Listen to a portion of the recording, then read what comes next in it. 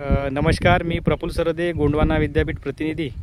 आज पाणी वाचवा पाणी वापर संस्था धापरला या संस्थेमध्ये सभासद चेतनजी रागोरते यांच्या शेताला शून्य मशागत शेती याची यशोगाथा ऐकण्यासाठी आलो. परिचय सांगा. नमस्कार. पाणी वाचवा पाणी वापर संस्था धापरला इथं मी सदस्य आहे. आमची दर महिन्याला मीटिंग होत असते. त्या मीटिंगमध्ये कमी पैशात चांगली शेती कशी करतायत याच्याबद्दल मला प्रफुल्ल सरदे साहेबांनी मार्गदर्शन केलं होतं आणि त्याच्यावरच मी काम केलं. माझं इथं धान राहत होतं 3 वर्ष अगोदर.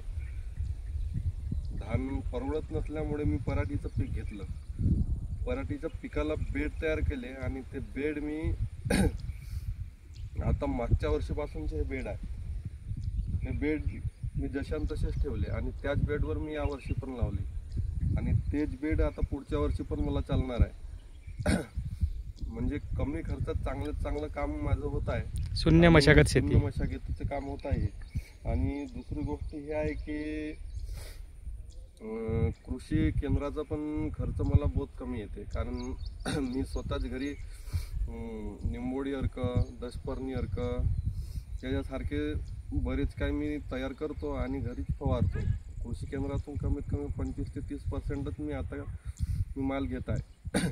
त्याच्यामुळं माझा खर्च जो आहे तो 100%वरून जवळपास 25 ते 30% मला लागतो. 70% माझा वाचत आहे.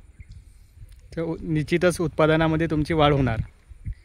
निश्चितच उत्पादनामध्ये यावर्षी माझी चांगलीच वाढ होईल आणि झाड पण पहा, झाडाची ग्रोथ पण पहा, बाकी लोकांच्या याच्यापेक्षा छानच आहे आणि जबरदस्तच दिसते.